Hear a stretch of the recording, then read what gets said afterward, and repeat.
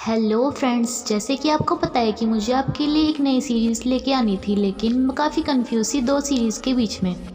इसीलिए मैंने डिसाइड किया कि मैं दोनों के फर्स्ट पार्ट एक्सप्लेन करूंगी और जिस पे मुझे ज़्यादा अच्छा रिस्पांस मिलेगा आगे फिर उसी को एक्सप्लेन करूंगी। सो गाइस, इस वीडियो में आपको जो सीरीज़ एक्सप्लेन करने वाली हूँ उसका नाम है द ग्रेट सेड्यूसर। अगर आपको ये वीडियो अच्छी लगे और आप चाहते हैं कि मैं इसकी नेक्स्ट एक्सप्लेनेशन भी लेके आऊँ तो वीडियो को लाइक करें और कमेंट सेक्शन में यस लिखें। और अगर आप सीरीज़ को पहले से देख चुके हैं या फिर आपको इसकी स्टोरी अच्छी नहीं लगी तो आप कमेंट में नो लिख सकते हैं, जिसके बाद मैं ये स्टोरी एक्सप्लेन नहीं करूँगी और आपके लिए दूसरी स्टोरी लेके आऊँगी। ये कहानी है तीन दोस्तों की, जिसमें सबसे पहले बात करते हैं सी ह्यून की, जो कि एक रिच फैमिली से बिलोंग करता है और नेचर से ये काफ़ी बैड बॉय है जो किसी भी लड़की को अपने चार्म से सेड्यूस कर सकता है। इसके बाद है सूजी, जो कि बाहर से काफ़ी बोल्ड और टफ है लेकिन अंदर से अपनी फैमिली इश्यूज़ की वजह से बहुत ज़्यादा परेशान रहती है। और फिर बारी आती है सेजू की। इनके बारे में हम यही बोल सकते हैं कि ये बहुत ज़्यादा क्यूट और बहुत ही ज़्यादा फ़नी है। सीह्यून इतना चार्मिंग और हैंडसम होता है कि उसकी कोरियन लिटरेचर की टीचर भी उस पर फ्लैट होती है और सूजी उससे काफ़ी नफरत करती है। अपनी फ्रेंड सीह्यून के कहने पर सूजी उसकी एक्स गर्लफ्रेंड से मिलने के लिए जाती है, जिसके साथ उसका हाल ही में ब्रेकअप हुआ होता है। वैसे तो उसके साथ काफ़ी हमदर्दी के साथ बात करती है, लेकिन रियलिटी कुछ और ही होती है। उनकी बातों से हमें पता चलता है कि वो तीनों अभी स्कूल के लास्ट ईयर में ही पढ़ते हैं, जिसमें सीह्यून 3 बार फेल हो चुका है। उन दोनों की बातों को दूर बैठे सीह्यून और सेजू भी देख रहे होते हैं। सेजू के हाथ में एक न्यूज़पेपर होता है, जिससे हमें पता चलता है कि वो लड़की जिसे सीह्यून ने अभी ब्रेकअप किया है वो लॉयर होती है। दरअसल ये सब उन तीनों फ्रेंड्स की प्लानिंग होती है कि सीह्यून पहले उस लड़की को अपने प्यार में फंसाएगा और बाद में उससे ब्रेकअप कर लेगा, क्योंकि उन्हें उससे कुछ अपना पुराना बदला लेना था और अब वो अपना बदला ले चुका था। तभी एक फ्लैशबैक दिखाया जाता है जिसमें सीह्यून ने उस लड़की को किसी और आदमी के साथ देखा था। सीह्यून की कोरियन लिटरेचर की टीचर उसे बुक देने के बहाने उसके साथ फ्लर्ट कर रही होती है, जिस पे सूजी उसे आके बोलते कि क्या बात मैम, आप स्कूल में खुलेआम अपने स्टूडेंट के साथ फ्लर्ट कर रही हैं। इस बात से चिढ़कर उसकी टीचर से नीचे दिखाने के लिए बोलती है कि तुम्हें क्या पता, तुम तो एक आर्ट स्टूडेंट हो, तुम्हें लिटरेचर के बारे में कुछ नहीं मालूम। सूजी के बारे में ये वर्ड्स सीह्यून को अच्छे नहीं लगते और वो अपनी टीचर को जेलस करने के लिए और अपनी फ्रेंड को प्रेस करने के लिए सूजी को हक करके बोलता है कि मैम, मेरे पास इतना टाइम नहीं है कि मैं इस लिटरेचर को पढूं, क्योंकि मैं अभी सूजी के साथ काफ़ी बिजी हूँ। मेरा ध्यान हमेशा सूजी के फेस पे ही होता है, तो मेरे पास इतना टाइम कहाँ होगा कि मैं इस लिटरेचर को पढूं। अपनी फ्लर्टी टीचर को जेलस फील कराने के लिए वो दोनों ऐसे प्रिटेंड करते हैं कि वो किस करने वाले हैं। उनकी टीचर उन्हें घूर रही होती है, जिस पे सूजी से बोलती है कि क्या मैम, आप हमको किस करते देखना चाहते हैं क्या। इस सब से चिढ़कर उनकी टीचर वहाँ से भाग जाती है, जिसके बाद वो दोनों भी अपनी पोजीशन से एकदम हट जाते हैं और सूजी से बोलती है कि ये देखो, तुम्हारी मैम कितनी जेलस फील कर रही थी। तभी वहाँ पे सेजू आता है और उसके मुँह में से लॉलीपॉप निकाल के अपने मुँह में डाल लेता है, जिस पे सूजी उसे डांटने लग जाती है। सीह्यून भी उन्हें देखकर काफ़ी खुश हो रहा होता है और हमें पता चलता है कि उन तीनों के बीच में बहुत ही अच्छी वाली फ्रेंडशिप है। तभी वहाँ पे एक पढ़ाकू बच्चा आता है और उन्हें उनका रिपोर्ट कार्ड दिखाता है और सीह्यून से बोलता है कि तुम्हें पढ़ लेना चाहिए, वरना तुम्हारी मरी हुई माँ को इस सब के बाद बहुत ज़्यादा बुरा फील होगा। खैर छोड़ो इन सबको, मैं तो बस मजाक कर रहा था। सीह्यून को उसकी ये बात काफ़ी फील होती है, लेकिन वो उसे कुछ भी नहीं बोलता। लेकिन सूजी को इस पर काफ़ी गुस्सा आता है और वो वहाँ पर रखी हुई डस्टबिन उठा के उसके मुंह पे फेंक के मारती है और उसे कहती है कि बस मैं तो मजाक कर रही थी। इसी बात पे सेजू सूजी के साथ बहस कर रहा होता है। तभी सीह्यून ने बोलता है कि तुम दोनों फिर से बिना बात के लड़ने लगे, जिस पे सेजू ने बोलता है कि मैं क्यों लड़ूंगा, मैं तुमसे बहुत ज़्यादा प्यार करता हूँ। ये बात बोल के वो एकदम से सीह्यून के हाथ पे और सूजी के गाल पे किस करता है, जिसके बाद उसे सूजी से डांट खाने को मिलती है। स्कूल में उनकी ग्रेजुएशन की पार्टी होती है, जहाँ पे एक टीचर पिक लेने के बहाने अपनी स्टूडेंट क्यूंजू के साथ काफ़ी चिपकू चिपकू हो रहा था। तभी वहाँ पे सूजी पीछे से आके उसे पिंच करती है, जिसके बाद क्यूंजू तो वहाँ से चली जाती है। लेकिन वो टीचर सूजी को बोलता है कि तुम्हें अपने पेरेंट्स की और अपनी मम्मी की बात माननी चाहिए, क्योंकि तुम्हारे डैड के जेल जाने के बाद वही हैं जो तुम्हारे हॉस्पिटल को संभाल रही हैं और तुम्हें भी तो पाल रही हैं, जब भी तो तुम बड़ी होके पियानिस्ट बनोगी। यहाँ पे हमें पता चलता है कि सूजी के अपनी मॉम के साथ अच्छे रिलेशन नहीं थे, इसलिए वो उसे सुनाने के लिए ये सब कुछ बोल रहा था। वो सूजी से बात करते करते दूसरी लड़कियों की तरफ को देख रहा होता है, जिससे हमें पता चलता है कि वो कितना घटिया टीचर है।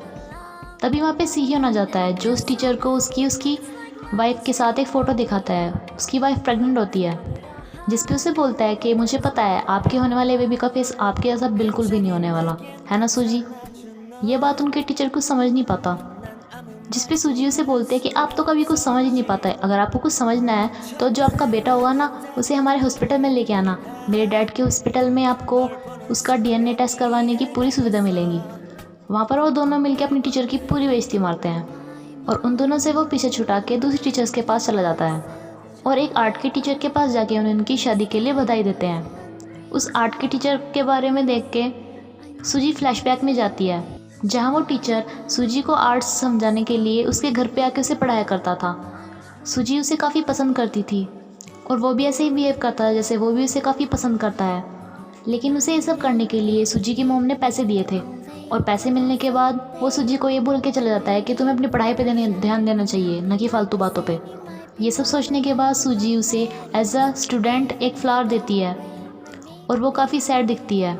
सूजी के फ्रेंड सीहियन को भी इस सब के बारे में पता होता है। इसके बाद वहाँ सेजू की एंट्री होती है, बिल्कुल हमारे इंडियन सीरियल के एक्टर्स की तरह। तभी सीहियन फ्लैशबैक में जाता है, जहाँ वो सूजन को बताता है कि उनकी लिटरेचर वाली मैम और आर्ट वाले सर आपस में शादी कर रहे हैं, लेकिन लिटरेचर वाली टीचर का अफेयर उनके होमरूम वाले टीचर के साथ चल रहा होता है। यहाँ मैं आपको बता दूँ कि आर्ट टीचर वो है जिसने सूजी को पैसे के लिए डेट किया था। होमरूम टीचर वो है जो कि उस लड़की के साथ बहुत चिपकू हो रहा था और लिटरेचर टीचर वो है जो सीहियन को बहुत पसंद करती है, उसके साथ हमेशा फ्लर्ट करती रहती है। इस सब के बाद वो अपनी टीचर से बदला लेने के लिए एक प्लान बनाते हैं, जिसमें सूजी अपने होमरूम वाले टीचर के कार में एक कैमरा फिट कर देती है और जब उससे मिलने के लिए वो लिटरेचर वाली टीचर आती है और उन दोनों के बीच में जो कुछ भी होता है उस सब की वीडियो अब उन तीनों फ्रेंड्स के पास आ जाती है, जिसे वो ग्रेजुएशन वाले दिन अपने कॉलेज के सारे डिस्प्लेस में चला देते हैं। जिसे देखने के बाद वो चिपकू टीचर भी काफ़ी ज़्यादा एम्बेरस फील करता है, क्योंकि वो वीडियो कुछ ज़्यादा ही प्राइवेट होती है और वो लिटरेचर टीचर भी उसे देखती ही रह जाती है।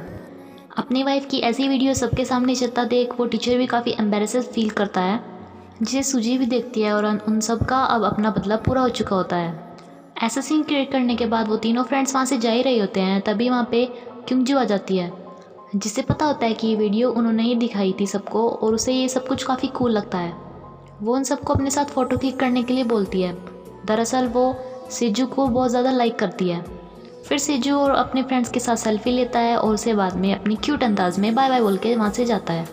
सी और सेजू इस टॉपिक को सोचकर ही काफ़ी ज़्यादा मजाक कर रहे होते हैं।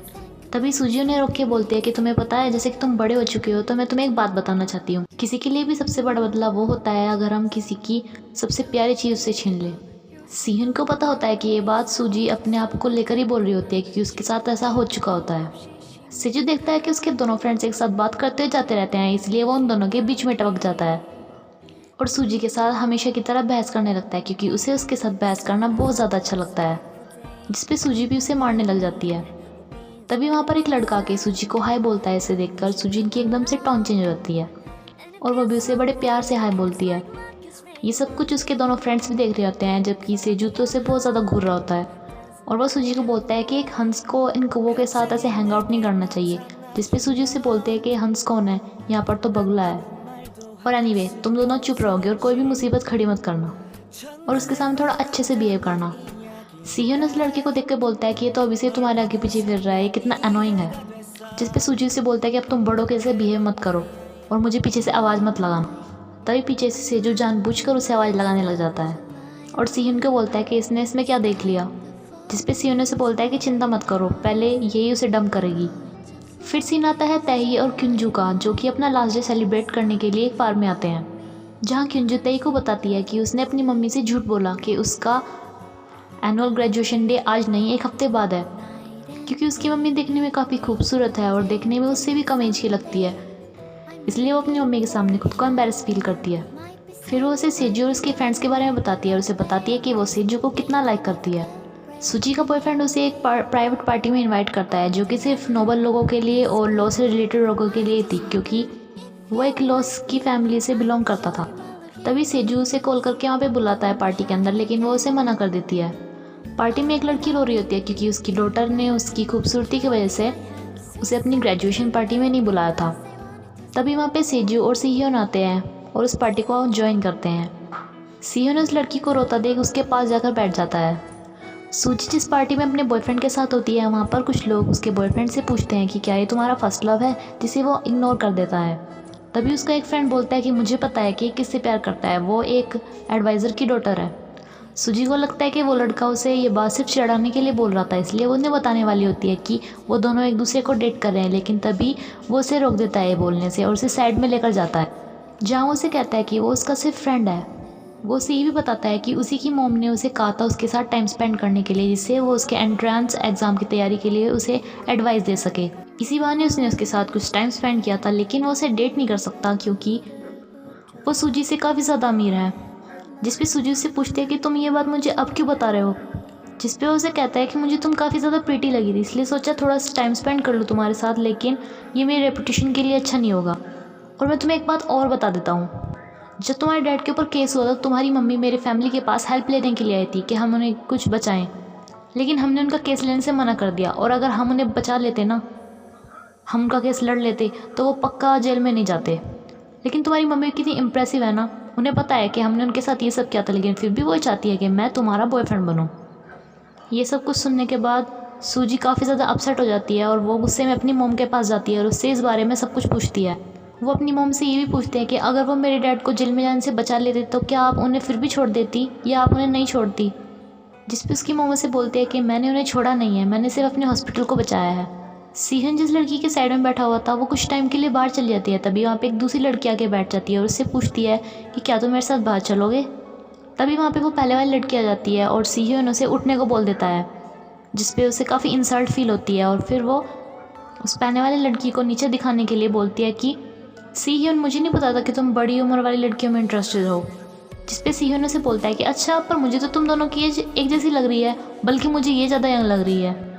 पार्टी खत्म होने के बाद सीहन बाहर आता है, अपने फ्रेंड को ढूंढता है। तब तक उस लड़की के ऊपर उसके चार्म का जादू चल चुका था, इसलिए वो उसके पास आती है और उसे आके किस करने वाली होती है, लेकिन तभी वहाँ पे सूजू टपक जाता है और सीहन को किस करता है, जिसे देखने के बाद वो लड़की वहाँ से चली जाती है। सीहन और सेजू ड्रिंक कर रहे होते हैं, तभी वहाँ पे सूजी आके सेजू के हाथ में से ड्रिंक लेके पी लेती है और वो दोनों से रोकते रह जाते हैं। वो आज के इस इंसिडेंट के बाद काफ़ी ज़्यादा अपसेट थी। वो अपने दोनों फ्रेंड्स को बताती है कि मैं तो अपनी मोम को ज़्यादा प्यार भी नहीं करती, लेकिन जब वो मेरी मोम के बारे में बेकार बोल रहा था तो मुझे बुरा क्यों लग रहा है। सेजू उसे कंफर्ट करने के लिए अपने कंधे पर उसे सिर रखने को बोलता है, लेकिन वो सीहन के सर पर सिर रख लेती है और यहाँ पर हमें सेजू पर बहुत सारा तरस आता है। सूजी कहती है कि वो लड़का मुझे पता है कि बहुत अमीर है, लेकिन इसका मतलब ये नहीं है कि वो किसी को भी कुछ भी बोलेगा। क्या मेरी मम्मी इतनी बुरी दिखती है, क्या वो इतनी वियर्ड लगती है कि जैसे चुड़ैल लगती हो। जिस पे उसके दोनों फ्रेंड बोलते हैं कि ये तुम क्या कह रही हो। सूजी अपने दोनों दोस्तों का हाथ पकड़ के उन्हें कहती है कि तुम दोनों हमेशा मेरे साथ रहना। जिस पे सेजू से बोलता है कि मुझे तो पहले ही से ही पता था कि वो ऐसा ही होगा। सेन के भी उसकी ये बात सुन के काफ़ी बुरा लग रहा होता है और एपिसोड यहीं पे ख़त्म होता है फ्रेंड्स। सो गाइज़, अगर आप चाहते हैं कि मैं इस पर आगे भी एक्सप्लेन करूँ तो प्लीज़ कमेंट करके मुझे बताना और इसको लाइक भी करना। थैंक